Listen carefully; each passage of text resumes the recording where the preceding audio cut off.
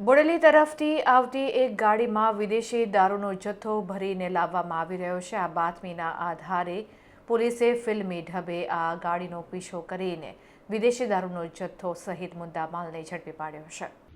ગઈકાલે બોડેલી તરફથી આવતી એક એસયુવી ગાડીમાં વિદેશી દારૂ હોવાની બાતમી મળતા પાવીજેતપુર પોલીસે વનકુટીર પાસે બેરિકેડ્સ ગોઠવ્યા હતા।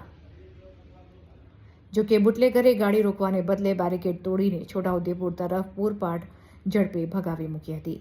પોલીસે તાત્કાલિક ગાડીનો પીછો શરૂ કર્યો હતો। લગભગ 1 કિલોમીટર સુધી પીછો કર્યા બાદ રેલવે ગરનાળા પાસે બુટલેગર ગાડી મૂકીને ફરાર થઈ ગયો હતો। પોલીસે ગાડીની તલાશી લેતા તેમાંથી ₹1,71,902ની કિંમતની વિદેશી દારૂની 754 જેટલી બોટલો મળી આવી હતી। પોલીસે દારૂ અને ગાડી જપ્ત કરીને કાયદેસરની કાર્યવાહી હાથ ધરી છે।